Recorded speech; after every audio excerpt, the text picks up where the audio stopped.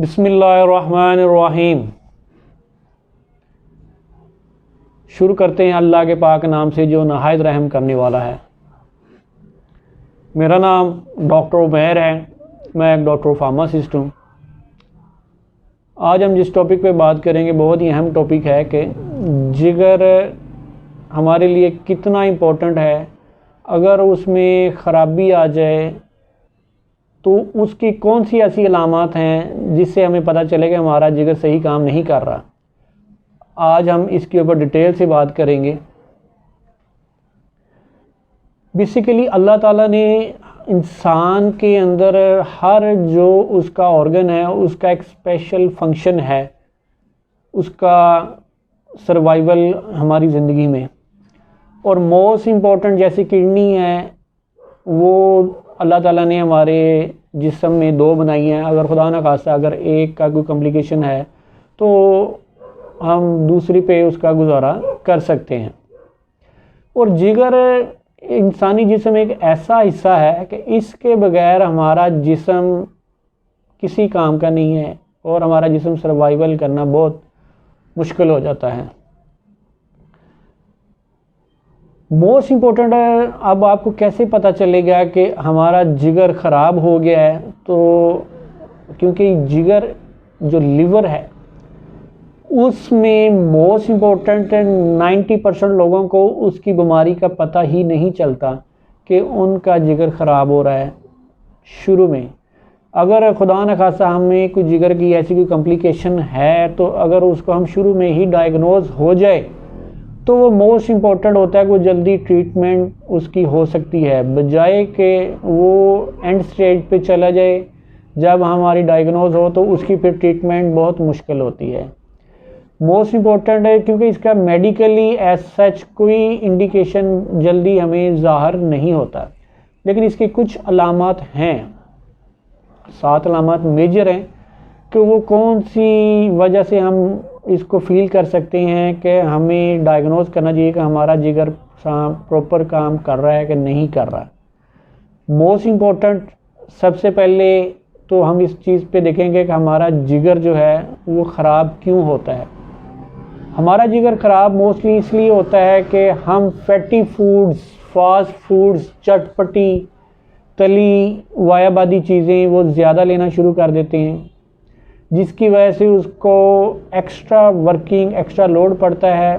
उसकी वजह से उसमें फंक्शनल प्रॉपर करने की एबिलिटी नहीं रहती, जिसकी वजह से वो सिरोसिस और बहुत सारी उसमें कंडीशन जो है वो बनना शुरू हो जाती है।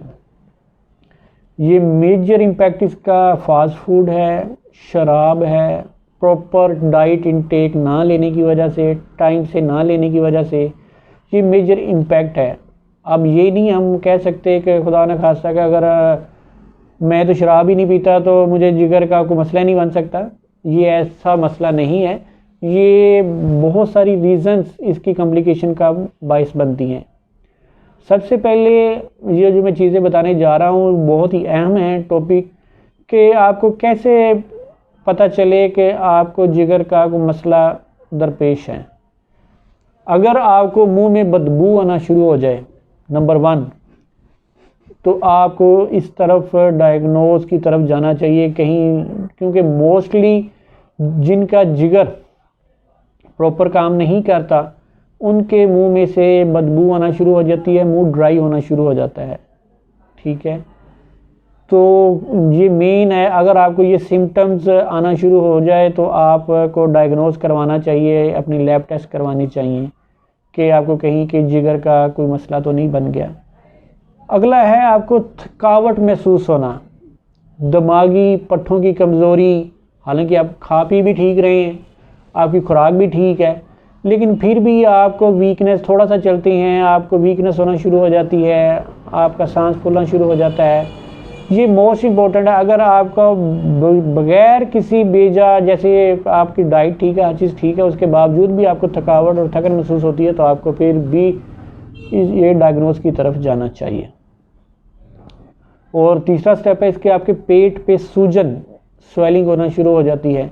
बाज़ बंदे कहते हैं जी कि हमारा हम जो है एक्स्ट्रा खाना खा रहे हैं उसकी वजह से हमारा पेट फूल रहा है। वो फूलना और चीज़ है, और आपका जो स्वेलिंग आना और चीज़ है। इसको आपने इग्नोर नहीं करना। अगर आपका पेट फूलना शुरू हो रहा है तेज़ी से, आपके जो हाथों पाँव पे स्वेलिंग आना शुरू हो गई है, ठीक है, तो कोशिश करें कि सबसे पहले आप प्रॉपर डायग्नोज की तरफ जाएं, कहीं आपको लीवर का मसला तो नहीं हो रहा है। इसको आपने इग्नोर नहीं करना। अगले स्टेप पे हम देखेंगे आंखें पीली होना, आपके नेल्स उसका को पीला होना, आपकी जिल्द का पीला होना। अगर खुदा न खासा ऐसी कोई कॉम्प्लिकेशन आपको फील होती है तो आपने फ़ौरन अपने डायग्नोस्टिक करवानी है प्रॉपर डॉक्टर से।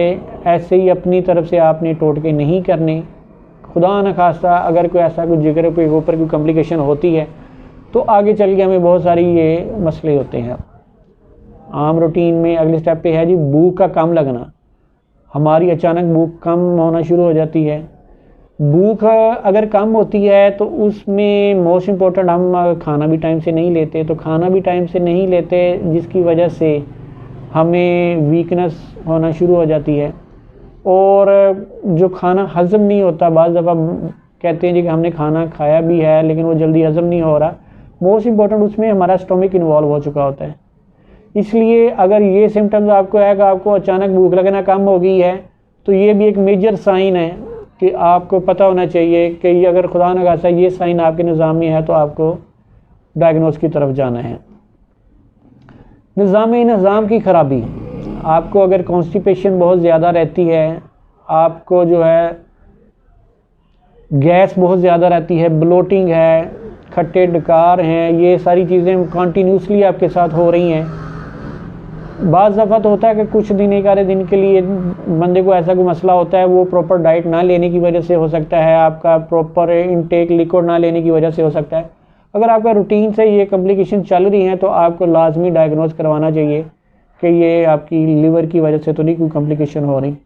और 7वें नंबर पे आपको मैं बताऊँ, जो आपके बालों का जड़पन, बाल आपके गिरना शुरू हो जाते हैं। अभी आपकी अगर कोई इतनी एज नहीं है, अगर एज भी है तो अचानक पहले नहीं गिर रहे थे, अचानक जो है वो कुछ टाइम से आपके बाल गिरना शुरू हो गए हैं। उसकी वजह ये होती है कि आपकी बालों की जड़ें जो हैं वो कमज़ोर होना शुरू हो जाती हैं, जिसकी वजह से ये कॉम्प्लिकेशन होना शुरू होती है।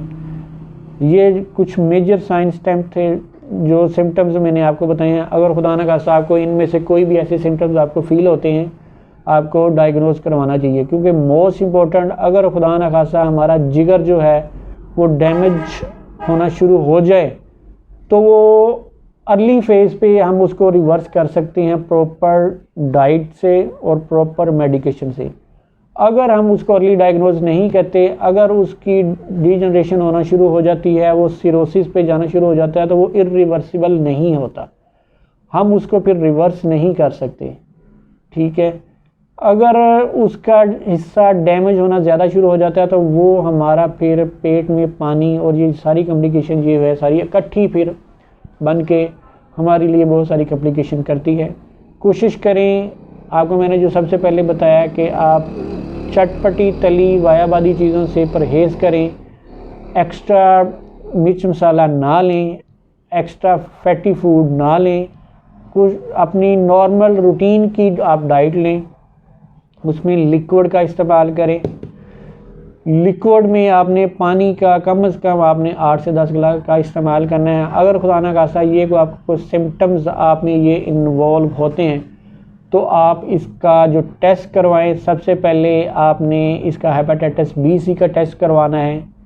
हेपेटाइटिस बी सी के टेस्ट से आपको पता चले कि आपका हेपेटाइटिस की वजह से तो नहीं जिगर को मसला, अगर वो हेपेटाइटिस के टेस्ट के अलावा आपने इसका अल्ट्रासाउंड करवाना है।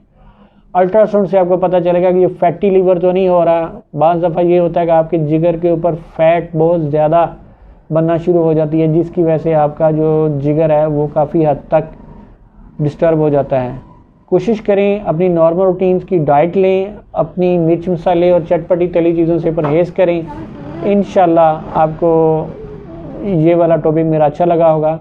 आपको अगर ये मेरा टॉपिक अच्छा लगा है तो इस पर कमेंट लाजमी करें।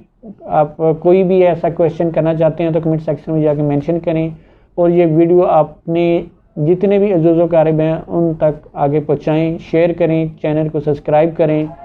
मेरी दुआ है कि मेरे बहन भाइयों आप जहाँ पे भी हों खैरियत से रहें। बस इस चैनल का मकसद ये है कि मेरे एक वीडियो से किसी बंदे का 1% भी फ़ायदा हो जाए तो मेरी इस मेहनत का कोई सिला अल्लाह की तरफ से मुझे मिलना शुरू हो जाए। इंशाअल्लाह उम्मीद करता हूँ आप जहाँ पे भी होंगे खैरियत से होंगे। आपसे इजाज़त चाहूँगा। अल्लाह हाफ़िज़।